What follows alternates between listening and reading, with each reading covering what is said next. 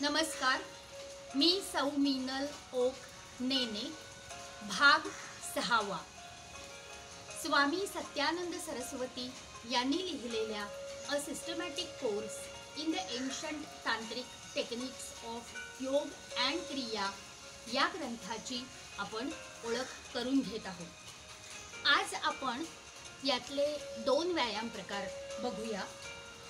पहिला आहे ग्रीवा संचालन, मानेसाठीचा व्यायाम, नेक मूव्हमेंट्स. जर तुम्हाला मान, पाठ, ब्लड प्रेशर किंवा व्हर्टिगो यासारख्या काही व्याधी असतील तर तुम्ही हा व्यायाम प्रकार करू नका. ग्रीवा संचालन, मान सरळ, पुढे मागे, मान सरळ. राऊंड पहिली झाली. अत्यंत हळू आणि सावकाशपणे ही क्रिया करायची आहे. राऊंड दुसरी, मान सरळ, पुढे मागे, मान सरळ. यानंतर मान बाजूला वळवूया. राऊंड 1, मान सरळ, डावीकडे, उजवीकडे, मान सरळ. राऊंड 2, मान सरळ, डावीकडे, उजवीकडे, मान सरळ. यानंतर तिसऱ्या प्रकारची हालचाल करूया, रोटेशन किंवा मान गोलाकार फिरवणे. घड्याळाच्या दिशेने एक राऊंड, घड्याळाच्या विरुद्ध दिशेने दुसरी राऊंड.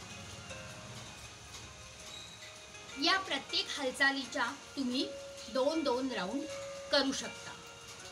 यानंतर बघूया डोळ्यांसाठीचे व्यायाम, ज्याला आय टोनिंग टेक्निक्स असं म्हणतात. या 2 प्रकार आहेत. पहिला आहे पामिंग. हाताचे तळवे एकमेकांवर घासून उष्णता निर्माण होईल आणि मग अशा रीतीने हात करून ते डोळ्यांवर धरायचे आहे. पामिंग.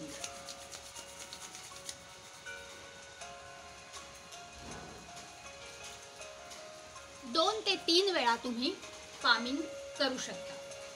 दुसरा प्रकार आहे डोळ्यांसाठीच्या व्यायामाचा नियर अँड डिस्टंट व्ह्यूइंग, म्हणजे जास्तीत जास्त दूरच्या वस्तूकडे पाहणे आणि लगेच जवळच्या वस्तूकडे पाहणे. यासाठीच मी आज इथे माझ्या बाल्कनीत बसले आहे. तुम्ही सुद्धा बाल्कनी, टेरेस, बागेत, खिडकीजवळ असं जाऊन हा व्यायाम करा, म्हणजे तुम्हाला जास्तीत जास्त दूरची वस्तू दिसू शकेल. एखादं झाड असेल, बिल्डिंग असेल, दूरची वस्तू, जवळची वस्तू. नाकाच्या शेंड्याकडे आपण बघतोय जवळ म्हणून. ही झाली राऊंड 1. दूर, जवळ, राऊंड 2. दूर, जवळ, राऊंड 3. 5 राऊंड तुम्ही या प्रकारच्या करू शकता. हे डोळ्यांचे व्यायाम आणि मानेसाठीचे व्यायाम तुम्ही कधीही, कुठेही, घरी, ऑफिसमध्ये 5 मिनिटं वेळ मिळाला की तुम्ही रोजच्या रोज करून घेण्याची सवय लावून घ्या. याचा तुम्हाला खूप फायदा होईल. पुढच्या भागात भेटूया.